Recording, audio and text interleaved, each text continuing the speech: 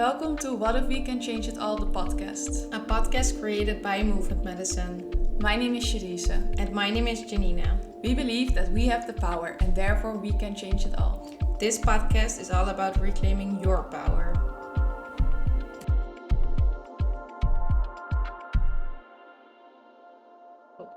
Welcome.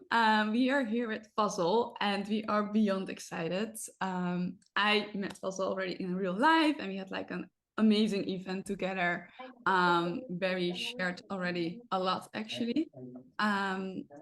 Maybe let's start with just introducing yourself. What are you up to? Who are you? What do you do? All the basic questions, basically. Thank you, first of all, for inviting me. This is so nice and super beautiful initiative. And who am I? Yeah, this question, right? Always. Who am I today? I'm Fazle Shairmahomed, and I was born and raised in Den Haag, in a neighborhood called Transvaal, which is not so ironically, honestly, named after the South African province Transvaal. Street names filled with names of Dutch white colonizers, but a neighborhood which is 99% people of color. So growing up in a very hybrid, multicultural society environment is also really very much the space where I come from.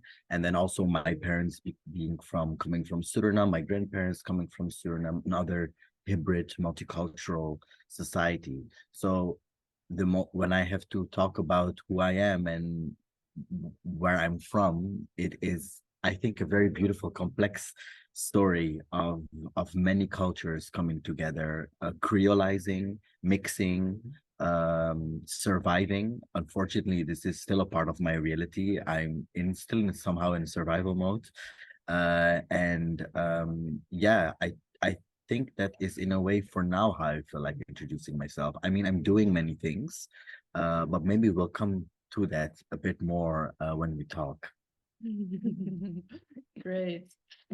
I do want to tap into the whole community building part and community building practices. We have been sharing a stage and shared a lot of wisdom and knowledge together. And this is something that I think we both also stand for, and also which I actually admire in your work and your way of building and way of being, actually. I think let's start with that. Let's dive into that. Yeah. What does it mean for you? Let's start there. Community building specifically, Yes. right? Yeah. Well, so as I was already referring to the environment I grew up in, I grew up in a very much of a reality of being in community, right? Being in a specific Surinamese-Hindustani community, specific Muslim community, larger Indo-Caribbean community, this very mixed new reality of many different cultures coming together. So from that experience reality, I think I'm still carrying that very much into my art practice today. And when I speak about community building, it's sometimes difficult, right? Because the way identity politics is shaped kind of almost requires from us to formulate with certain words what those groups are. And then I also use these words actively myself. So I'm specifically working with queer communities of color, indeed in the Indo-Caribbean communities, Black and brown communities. And in the artistic practice that I do, I feel that I'm also very much concerned with bringing different communities together. And that's also where the biggest challenge is for me, honestly. In this society, I think is very much segregated, unfortunately, more than we like to acknowledge. The city where I grew up in is also very segregated, and then bringing people together becomes a magical space where I feel really new things and forms of expressions arise. And I do this in many different ways. Art is definitely a very important tool for me, through dance particularly, because I mean that's my kind of background. but it also is by actually just having conversations with each other, right? And creating spaces for each other. That means both spaces that which we can manifest anywhere, just by coming together, but also physical spaces. So getting access to certain institutions or claiming certain spaces and turning that into our home. And if I then make a bit of a step towards like 10, 11 years ago, actually already, after I graduated in my studies of anthropology and Arabic, Middle Eastern studies, I immediately got active at Cloud Dance Lab, which is a dance space in Den Haag, mainly for movers, dancers, any kind of art practitioner, to be honest, but it's a dance studio. And that's really a space where I, for the first time, started to experience what it means to build community within an artistic context. And it inspired me a lot. And like looking back to 10, 11 years, I can see how many of us have expanded our notions of community and how we have been building different communities, but also bringing different communities together. Yeah, so doing research is a very important way as well to navigate in that.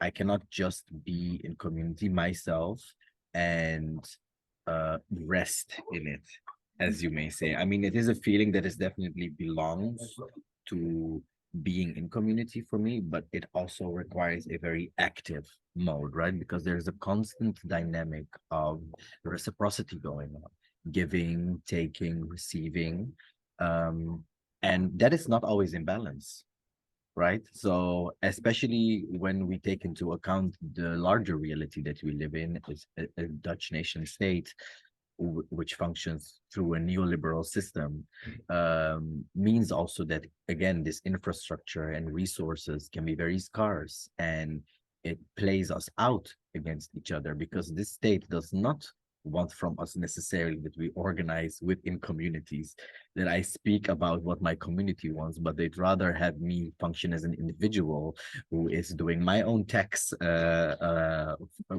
my tax forms only on my personal name.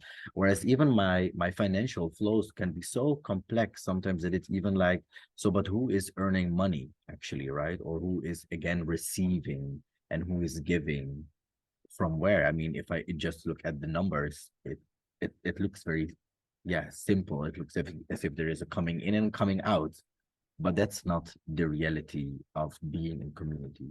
So kind of embracing these notions and exploring that, and being in conversation with each other about how we can move differently within this world, I think is a very crucial aspect of what it means to be in community today. I love what you said because I think listening to your story in your introduction, you always have been in community, right?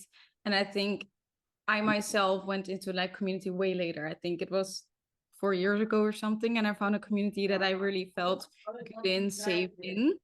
And what was really beautiful is that as soon as I sensed that, I just couldn't do it without anymore. And I think that is the power of community, right? Because it's these people coming together, exchanging, but also indeed like giving and receiving. But once you feel the power of that and how empowering that is for like an individual to come together, then you see, wow, what else can we do? And I really admire that in you, that you're like have this like urge to build that also for yourself, but also for other people and help other people to find that. I think that's really a beautiful thing. And it is scary for like the way the world is set up also, because there's a lot of power in community and they know that also. Exactly. Yeah, and I think what's also interesting is that you're talking about like different cultures and bringing them together, and also growing up in different cultures. And I think there's so much taboo around that, and not only in the Netherlands but actually worldwide, that well, Surinamese can be with Muslim people and vice versa. And well, we can like basically name all the cultures, right? But there's so much taboo and so much like even power dynamics there as well. And I think if and when we come together, there's like so much power, and we can like step into her full humanness, and I guess also in her full potential. And I think that's so important. And mostly what helps or what builds a community is seeing like the things that we all have, right? And we're sometimes like making like a deep search for that and finding actually the things that we are not aligned with, but actually we're all human, and that's already our common ground. So if we start seeing it from there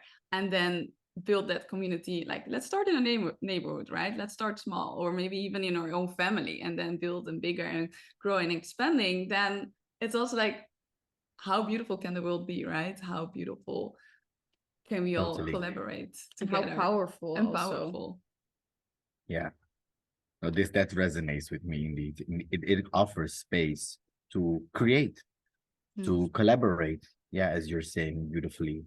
And that is again so necessary in all kinds of forms, right? Because it also really comes down to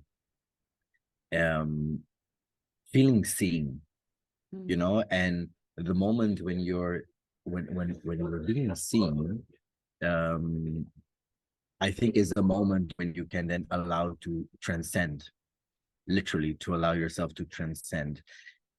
We're so much focused on the individual and our egos and the physical, the material, which is there. We have to acknowledge that, obviously. But the moment when we allow ourselves to then indeed sink in, to merge, to transform, bigger energies start to arise. And those energies can really shift spaces big time.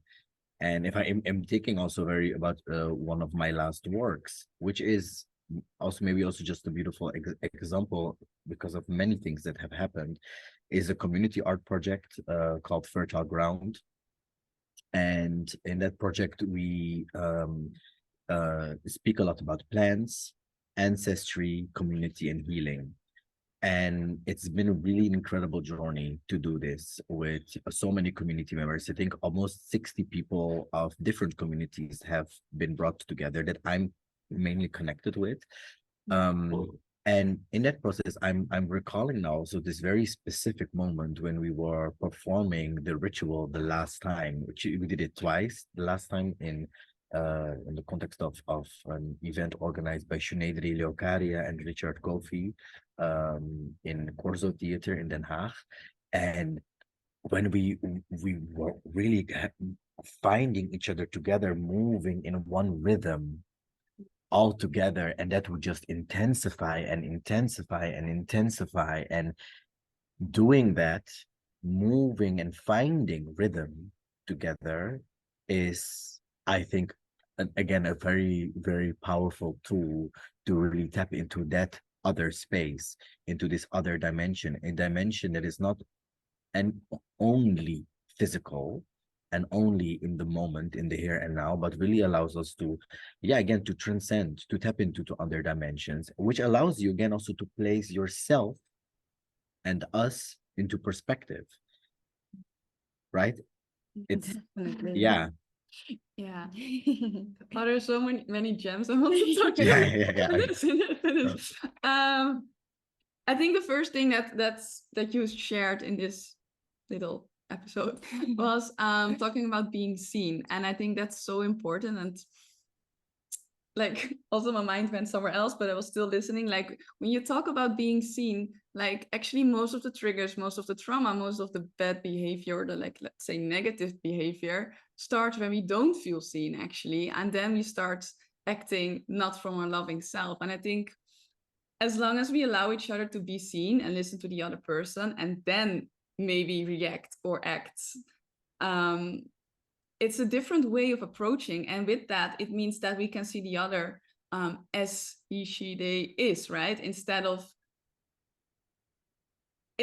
putting our perspective, our story, our picture on that person. And so this actually how we create the whole this is that community and this is that community and they are other cultures, so I don't want to touch them, I don't want to whatever, right? And it's so interesting how much and how important being seen is actually.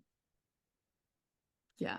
And also that we often forget that there's like also a deep wound there. Yeah. Often we think, okay, yeah, but I want to be seen. But like deep down, there's so much fear actually to be seen. Yeah. Because Yeah. there's so much fear there. Yeah.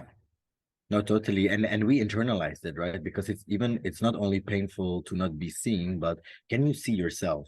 Yeah. Also really for who you are, right? Deeply. Yeah. So that's like, yeah, and then when you realize, oh yeah, actually I'm not just Fazle that existing in a vacuum, but I am constantly a relational being, right? I mean, different energy exists in between us right now than exists between me and any other person in this world or any other object. And again, acknowledging that, allowing that there is power and there is spirit, there is energy within that space. Yeah, it's again, I feel that I think it's a decolonial act as well, to be very honest.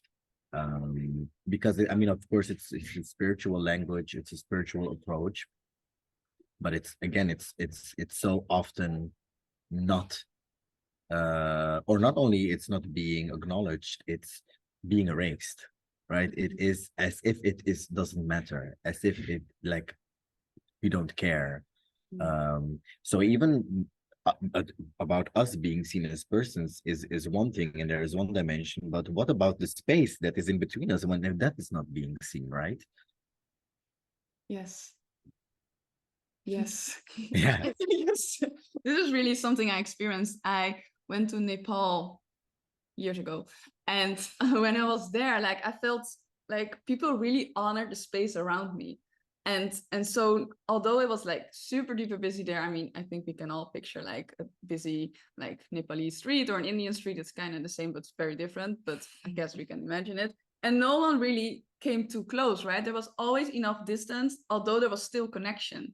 And then I came back here actually, and I just came back during Christmas holidays, and everyone like was the bumping and going, and I felt so almost like, I don't know, I felt almost dirty, right? Because people were in my space, and not that I don't like people to be in my space, right? I mean, we're in each other's space right now, but it's like, can you honor that and respect that as well? And it's not that I want everyone in my space. So yeah. This is a beautiful example, really, really beautiful example. Even in such crowded spaces like that you've just described in Nepal, in India, how people can respect that space. And this is, again, something that often doesn't happen, right? Both when it comes to energetic spaces, physical spaces, something can be very easily demolished or built into something new without taking into account its history, its energy that has been around for a very long time. It's something to be nurtured instead of something to be erased, right? Or something to be transformed instead of something to just be simply demolished. I mean, we talked before a little bit about this relationship, right, between destructive and creative energy in order to establish transformative power. Yeah. Do you want to go deeper in how you see it?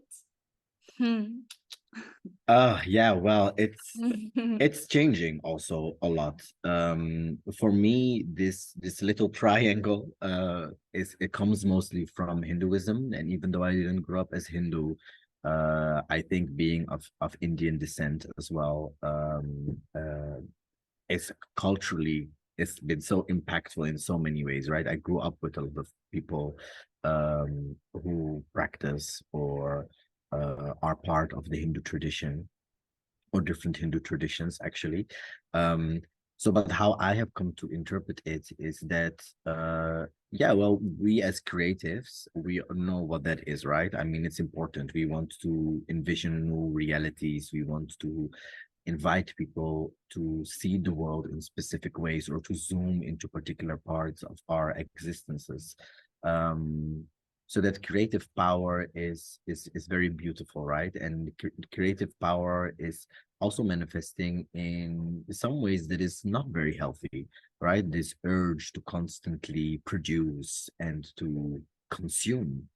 It's a form of creative energy, but it carries within itself a very unnegotiated way of destruction. And then I come to destructive energy because obviously it's a very legit and essential form of energy that also exists, But again, the way in which you handle destructive energy with care or carelessness matters a lot. And also very recently in a session of constellations, familieopstellingen in Dutch, I also realized that I took this triangle a little bit too much on me. So that means that I was also identifying a lot with the need of having destructive power myself. But what I realized, I think, in that session is that it's not something that I can have, right? It's not something that I can own, as in I have destructive power or I can be destructive. Maybe sometimes I like to think about it like that because I feel that there is so much out there that needs to be destroyed actively. Partially also the way in which certain institutions functions. I mean, we also talk about racism, we talk about all these kinds of exclusions that we have and oppressions, forms of oppressions that exist, that I have a real deep desire to destroy that. And sometimes I come and bring the energy of so much anger and frustration into a space, just wanting to destroy it. And even though these emotions are very important, they're very valuable, and we are all humans and we have a total right to experience those emotions, I think, again, there is a difference, the intentionality of it. And again, the power that you believe yourself that you have over these kinds of energies. Destructive energy is present, with or without you. So allowing this, acknowledging that for me means then to accept that things that even I envision, things that even I would love to exist, will transform. Vanish is a word that also comes up, but maybe sometimes I think we too easily think of the things disappear, but they actually don't disappear. They're still there. Maybe we don't know how to name them anymore, or maybe we forgot how to name them.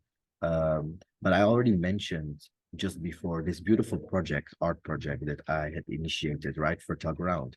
Unfortunately, we had a lot of beautiful ideas about this project, but unfortunately, we had to decide recently that we cannot continue with that project. And if I look back at myself a few years ago, that would come along with a lot of anger and frustration. But today I had to, like, experiencing this very recently, I was just being reminded of the fact, like, no, it's not disappearing. It's not also really an end. It's opening up space for something new to arise, in many ways, because people have been connected to it. People have experienced something very special. Conversations have been ignited. Spaces in between have been addressed and acknowledged. So that will continue to grow, but not necessarily in the form that even I had envisioned. So even there, right, even within our own creative energies, we have to embrace that destructive energy exists within it. Yeah. Yeah, and I think that's so true. I think once you, and this is really a hard practice, I feel, or at least it was a hard lesson for me. Like once you accept it all, and also that something can be destructed, right, or can like be taken away, or however you want to call it, and you can accept that and then move on and know that something better is coming your way for sure. It's a different way of how you act and react, how you handle things, how you also react to the other person taking it away, or like the organization, whatever. I don't know what happened, so just filling things in now. But whatever happens, right, it's a different way of accepting, and so it's a different way also how you be towards yourself. And because we often just blame the other person and give the destructive energy back, but actually we're also at the same time we're also taking it in, and I think that's also something to consider and something very important as well.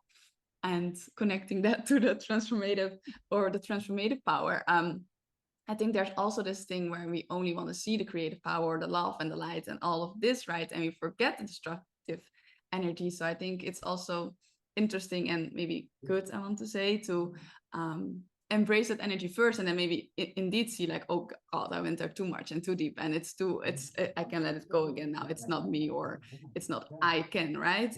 But I think it's also very important to go there, to go to the shadow side, or however you want to call it, so you can embrace the whole spectrum of who you are, who the world is, the universe, God, however you want to call it, because they don't exist without each other. And I think sometimes we forget that. We just want to focus on the positive things, or on the light, or on however you want to call it, on all the beautiful stuff. But the other side is there too, and we forget. Yeah, I think you really said that beautiful. Yeah. I think what really resonates with me is that I studied a lot around emotions and how they work through the body, etc. And I always, when I teach about emotions, I always give the same example, and it always works, right? Like if you look at a battery, I'm just gonna like pretend that everyone sees me. If you look at a battery always has a plus side and it has a minus side, right? So you have positive and negative. But without the both sides, the battery wouldn't work, because we need both. Like, but then also you have the power to actually switch the battery just around. It just takes like a tiny bit of power to just turn it around and change your energy, right? That is a tool that we can actually learn and like learn to use for ourselves. Like, oh yeah, and which side am I in? Am I on? And am I being like mad at myself for being at that side? Or can I actually forgive myself and let it just be? And then choose to move on and choose a different energy, right? But we're like so used that, especially like in the spiritual community, that we have to be happy and light and rainbows and unicorns and sunshine. Like life is hard sometimes, or like energy is like tough sometimes, and that is okay. It doesn't have to be like, we don't have to like shit like rainbow colored ice cream. Like it can be brown and dirty. That was a weird example, but you know what I mean. Yes. We're still human. Yeah. We're still human. Yeah. Yeah. Oh, totally. Yeah, I mean, and being in community comes with exactly those kind of challenges as well, right? I mean, I definitely do not want to have a speech about like community is really it and it's everything. It's the only way. Like, definitely not. Like, it comes along with a lot of challenges. Yeah. But that's everywhere, though. Exactly. Can we embrace them, or or are you going to fight against it? Yeah, indeed, it's that thin line of but it's okay. Again, we have to discover these things in ourselves. I mean, I am discovering them over and over again. You know, being a Capricorn myself, sometimes I have big difficulties accepting certain things, and I can sit for a very long time with certain things, but And but that's as okay I age, too. that's okay too. That's okay too. But as I age, and as I like also as I get a more experienced in different situations, I guess, you start to place things into perspective. Yeah. Is there anything you want to tap in? Yes. You knew that, right? I'm just looking at like their notes. Where is it? Oh yeah. I want to tap in because in your application form you talked a bit about the question of power dynamics. Can you tap a bit into that? Because we are both like, I'm just gonna let you speak first. Wow. Yeah, I mean, there's so many things to say about that. What direction should I go now? I mean, obviously, power is within us, like is in like within all of us. It's not something that is only theirs, like as in this notion of okay, there is a hierarchy, for example, in this country that we live in, but it's also within us, and it's a lot about, of course, finding and acknowledging your own powers as well. But I think when I spoke about it in the application form, I definitely was thinking about the power dynamics that we are dealing with in the cultural sector, right? And it's often very difficult for me to understand even how it functions. Each time I'm learning again something new about, okay, how does this hierarchy that we function within actually work? But these kind of relations often, right, between, okay, funds, institutions, theaters, programmers, curators, artists, performers, audience, like there is a kind of idea of how this is connected with each other. What I often miss in there again is this, yeah, is this humanity, the fact or the notion of us being in community with each other. It's very much a dynamic of giving and receiving, but in a very conditioned way that I apparently don't have much to say about. I can't, it's very difficult. Yeah. It's not impossible, but it's very difficult for me to tell to the funds, like, no, listen, these are my conditions that I want to work on or work with. Because I'm have this and these and these people in this community that I'm actually rooted in. So blurring these relationships, I feel is a way to go.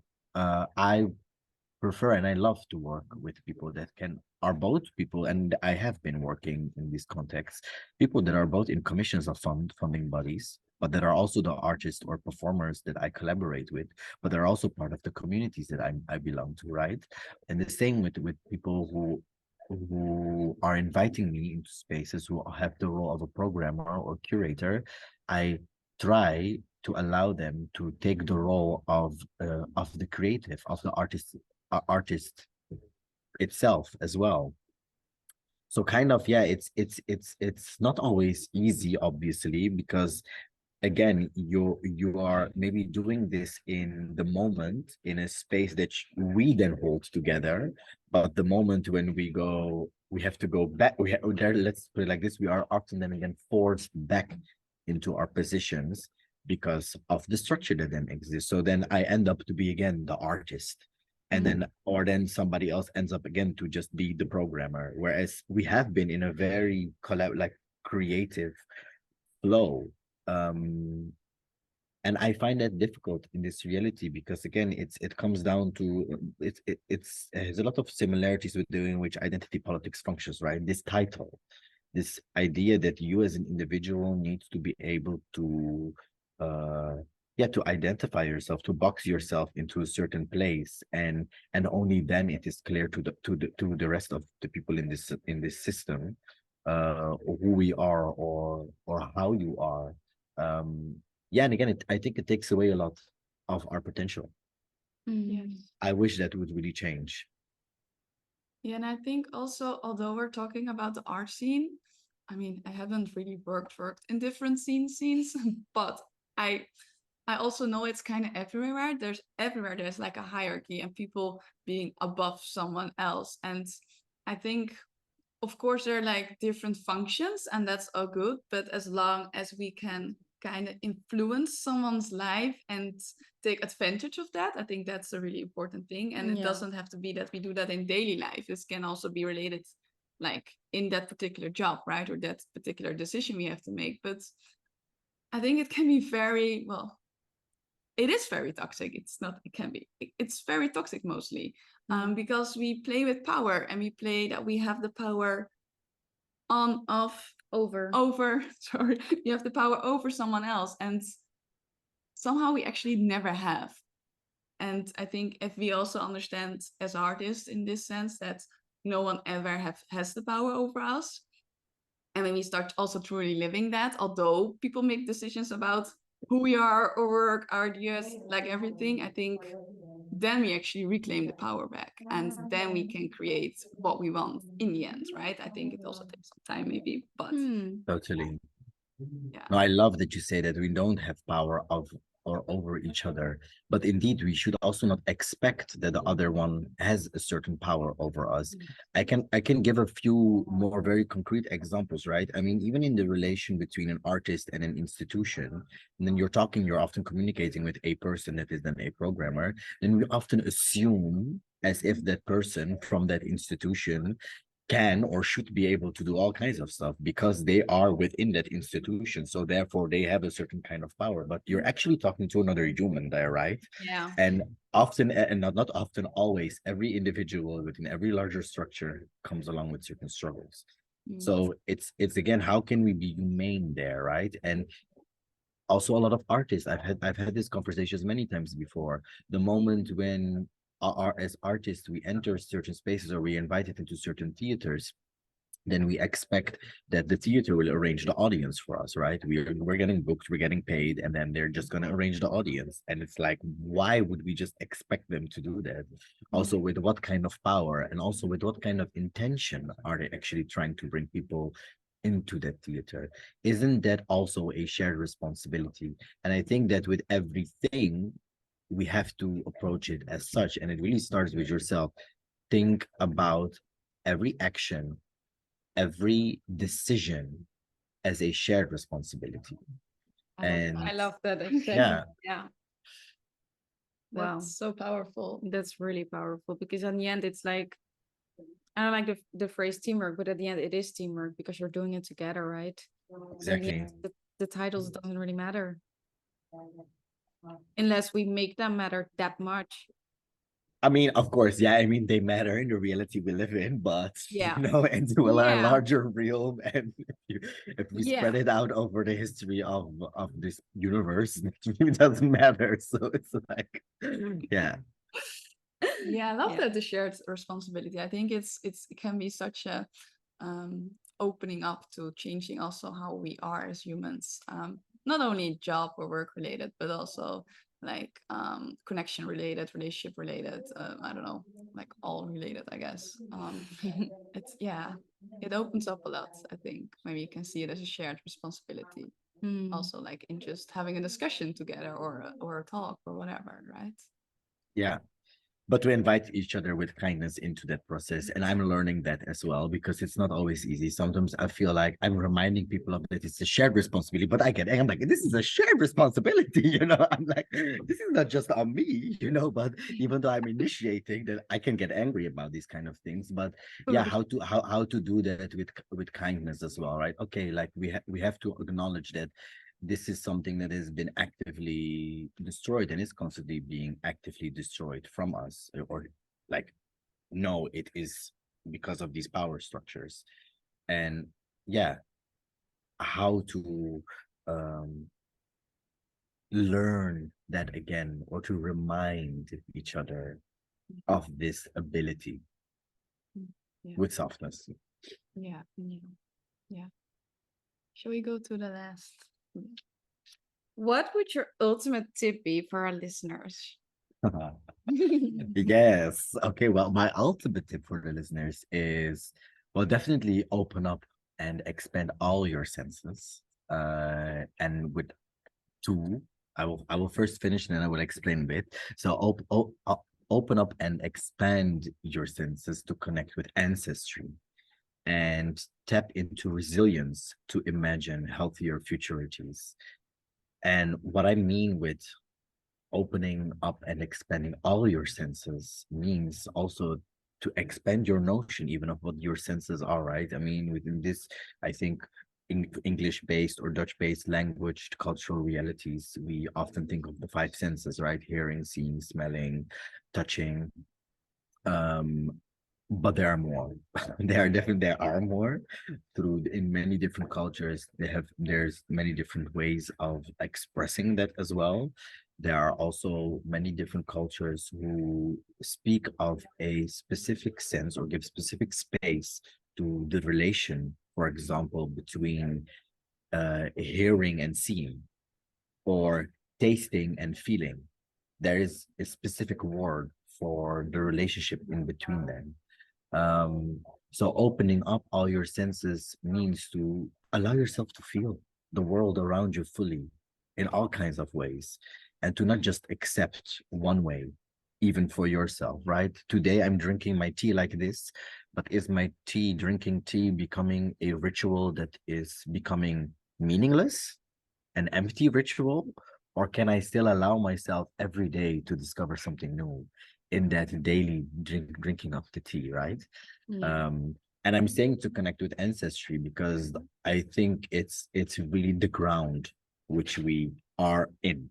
We are sitting, standing, moving on the ground of ancestry. If there was no past, there would be no present, and there would definitely not be any future. And the value of this, I think, is so crucial, and I really am very happy to be surrounded by so many people who talk a lot about ancestry as well, and who are connecting in many different ways with ancestry. But it is really truly important to know where and how we have come from. Yeah, because then again, when you start understand those roots, it doesn't always mean, by the way, to know exactly the names or to have certain scientific knowledge. It really much again means to feel it, right? This is why it's not, I'm not separating this. You have to feel it. And only then we can start tapping into healthier futurities, because we need them. We live in a beautiful world in many ways. We have beautiful things that are happening, but unfortunately we can also see a lot of very, very destructive forces going on as well. And are we really going to accept that as this generation, that we are going to continue to live like that? Like, I mean, if you ask me, definitely no. We need to change that. Yeah, but we cannot only, I think it's difficult to manifest that without understanding your ground, right? Because it takes imaginative power to also then realize that different futurity.